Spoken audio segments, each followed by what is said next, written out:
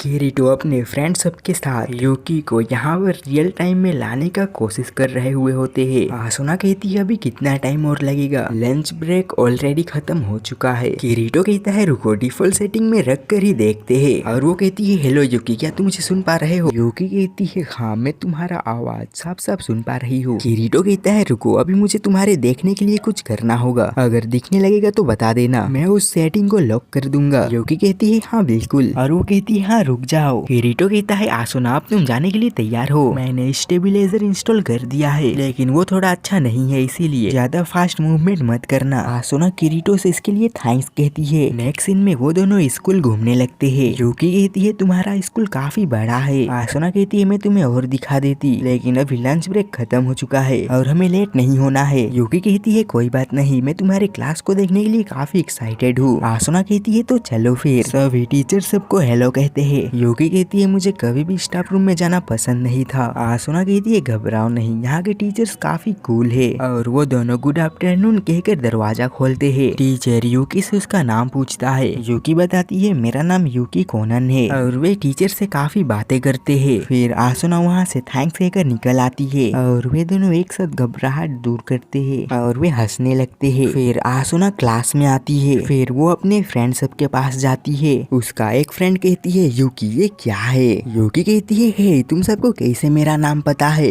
आसुना यूकी को बताती है वो मेरा लास्ट नेम का यूज कर रही थी। यूकी कहती है ओ ये बात है। आसुना कहती है गाइस ये है यूकी कोनन, ये अभी हॉस्पिटल में है और अपना रूम नहीं छोड़ सकती, इसीलिए वो इस तरीके से क्लास अटेंड करना चाहती है। यूकी कहती है तुम सबसे मिलकर खुशी हुई, और वो सब अपना अपना नाम उसको बताने लगते हैं। तो अभी उनका टीचर क्लास में आता है। वे सभी अपने डेस्क में बैठ जाते हैं। उनका टीचर कहता है पेज नंबर 97 खोल लीजिए, हम लोग आज पढ़ने वाले हैं रियून्यूस के अकुनी कावा के बारे में, चलो देखते हैं कौन पढ़ेगा इसको। और वो यूकी कोनो को पढ़ने कहता है। वो दोनों चौंक जाते हैं। यूकी चिल्लाकर कहती है क्या मैं? टीचर कहता है क्या कोई प्रॉब्लम है? यूकी कहती है नहीं सर। यूकी पढ़ने के लिए तैयार होती है। आसुना कहती है क्या तुम ये सच में करोगी? यूकी कहती है तुम्हें लगता नहीं होगा कि मैं पढ़ती हूँ, लेकिन मैं हर रोज स्टडी करती थी। और वो काफी अच्छे तरीके से पढ़ने लगती है और वो पढ़ते हुए खुद को वहीं पर होने का महसूस करती है।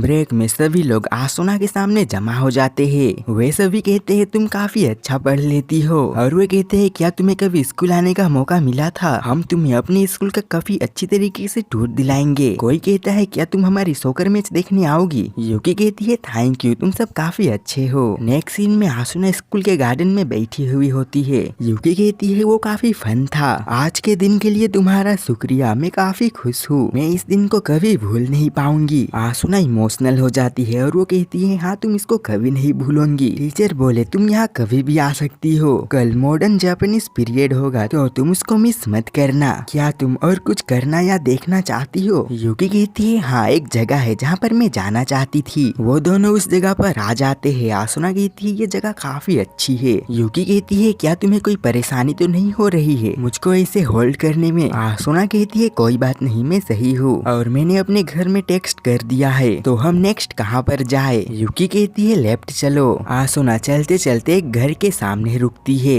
आसुना कहती है क्या ये तुम्हारा घर थी? यूकी कहती है हाँ मुझे लगा नहीं था मैं इसको फिर कभी देख पाऊंगी। और वो फिर से इन सब के लिए थैंक्स कहती है। आसुना कहती है क्या तुम अंदर जाना चाहती हो? यूकी कहती है नहीं ये काफी होगा, चलो अभी चलते हैं नहीं तो तुम लेट हो जाओगी। आसुना कहती है कोई बात नहीं, हम और थोड़ा रुक सकते हैं। यूकी कहती है मैं इस घर में थोड़ी ही साल रह पाई और सबसे अच्छी बात मुझे हर दिन का याद है, काफी अच्छी तरीके से याद है। मैं अपने सिस्टर के साथ गार्डन में काफी खेला करती थी, हम काफी कुछ करते थे, वो काफी अच्छा समय था। आसुना कहती है तुम काफी लकी थी। यूकी कहती है पर जल्द ही इस घर को तोड़ दिया जाएगा। आसुना कहती है पर क्यों? यूकी कहती है मेरा ग्रैंडमा इस जगह को बेचना चाहती है, इसीलिए मैं लास्ट टाइम अपने घर को देखना चाहती थी। आसुना कहती है मुझे पता है तुम इसको कैसे बचा सकती हो, तुम अभी 15 की हो ना, तो तुम जब 16 की हो जाओगी तो तुम किसी से मैरिड करके इस घर में उसके साथ रह पाओगी, तो ये घर कभी नहीं टूटेगा।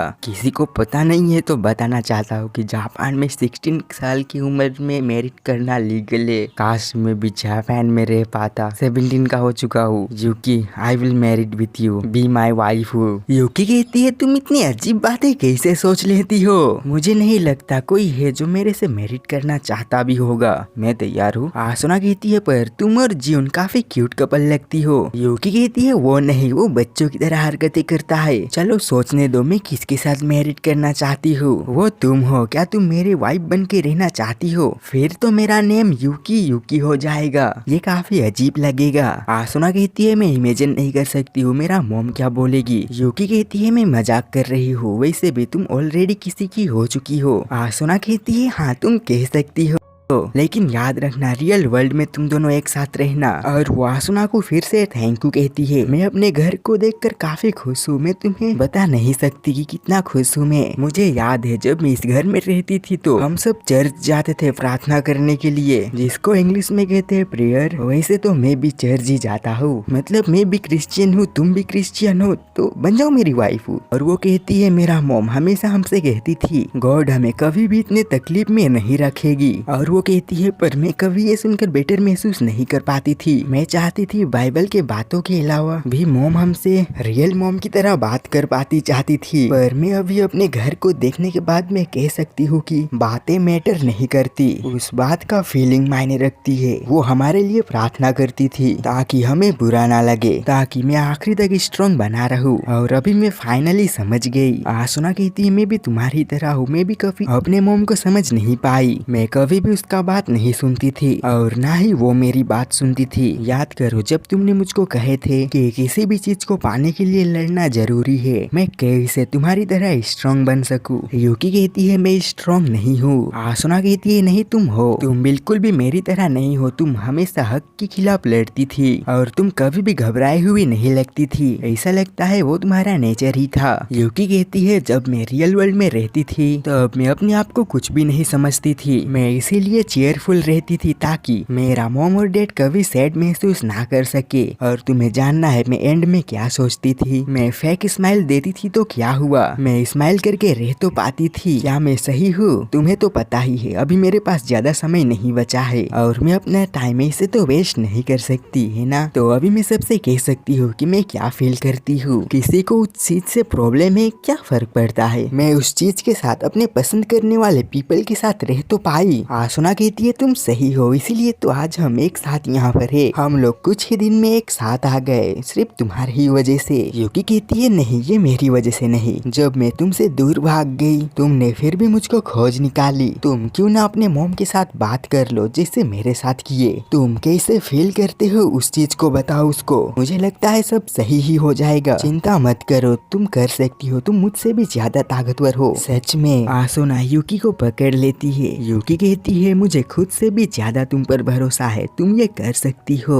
है ना। आसुना कहती है हाँ तुम्हारा शुक्रिया यूकी। नेक्स्ट सीन में आसुना अपने घर वापस आती है और वो अपने मॉम के रूम के बाहर एटमॉस्फेयर लिए खड़ी होती है और वो यूकी का बातों को याद करती है और उसको खुद पर यकीन होता है कि वो कर सकती है। और वो नॉक करती है। मॉम कहती है कम इन। आसुना अंदर आती है। उसका मॉम अपने काम में काफी बिजी होती है और वो कहती है तुम फिर से लेट हो, अगर तुमको भूख लगी है तो तुम फ्रिज से निकाल कर बना सकती हो और तुम्हारा ट्रांसफर का डेडलाइन कल तक ही है, इसीलिए कल तक पेपर वर्क तैयार रखना। आसुना कहती है ये बात है कि मैं आपसे बात करने आई हूँ। मॉम कहती है कहो फिर क्या कहना है। आसुना कहती है ये एक्सप्लेन करना काफी हार्ड है। मॉम कहती है तो फिर हम कहाँ से शुरू करें। आसुना थोड़ी देर के लिए वर्चुअल वर्ल्ड यूज करने के लिए कहती है। मॉम कहती है ये क्या बात कर रही हो, नॉर्मल पर्सन की तरह बात करना चाहते हो तो करो, नहीं तो मुझको तुम्हारी कुछ भी बात नहीं सुननी है। आसुना कहती है आप नहीं समझ रही है, मैं इसी तरीके से आपको एक्सप्लेन कर सकती हूँ, सिर्फ 5 मिनट प्लीज। मैं इसी तरीके से आपको बता सकती हूँ कि मैं कैसे फील करती हूँ, पर मैं आपको यहाँ पर नहीं बता सकती। मैं सिर्फ ये चाहती हूँ कि आप मेरी वर्ल्ड को देखिए। मॉम आसुना को देखते हुए मान जाती है और वो कहती है सिर्फ 5 मिनट। और वो कहती है पर मैं तुम्हें कभी भी अलाउ नहीं करूंगा कि तुम अगले साल भी उस स्कूल में रहोगी और वो सब खत्म होने के बाद तुम अपना पेपर वर्क कम्प्लीट कर लेना। आसुना कहती है ठीक है फिर। मॉम कहती है तो फिर मैं कैसे इसको यूज करूँ। आसुना उस चीज को पहनाती है और वो कहती है बस अब रिलैक्स कीजिए, ये ऑटोमेटिकली मेरे सेल्फ अकाउंट में लॉगिन कर देगी। जब आप वहाँ पर पहुँच जाएगी तो मेरा वेट करना, मैं अभी इसको ऑन कर रही हूँ। और आसुना जल्दी से वापस आकर अपना एटमॉस्फेयर को पहन लेती है और वो लिंक स्टार्ट हो करती है। और वो इधर उधर देखने के बाद में अपने मॉम को देख पाती है जो कि मिरर में खुद को देख रही हुई होती है। मॉम कहती है मैं काफी अजीब फील कर रही हूँ इस अजीब शक्ल के साथ खुद का वॉइस को मिमिक करना और इस हल्की बॉडी से। आसुना कहती है हाँ ये नॉर्मल है, इस अवतार का वेट थोड़ा लाइट है आपकी पहले वाली बॉडी से। मॉम कहती है एक्सक्यूज मी, मेरी बॉडी इतनी भी हेवी नहीं थी। ये बात इंटरेस्टिंग है, तुम्हारी यहाँ की बॉडी रियल बॉडी की तरह ही लग रही है, तुम्हारी रियल बॉडी से ज्यादा ही पप्पी की तरह लग रहा है ये बॉडी। आसुना कहती है अभी कौन रूड बात कर रही है, मेरा ये बॉडी रियल बॉडी की तरह ही नॉर्मली है। उसका मॉम कहती है चलो फिर क्या बोलने वाली थी बोलो। आसुना खुद को फॉलो करने को बोलती है और आसुना खिड़की खोलकर बाहर का नजारा दिखाती है और वो कहती है ये उसी तरीके से नहीं दिख रही है। मॉम कहती है मैं समझ नहीं पा रही हूँ तुम्हारा क्या मतलब है, मैं सिर्फ स्टूपिड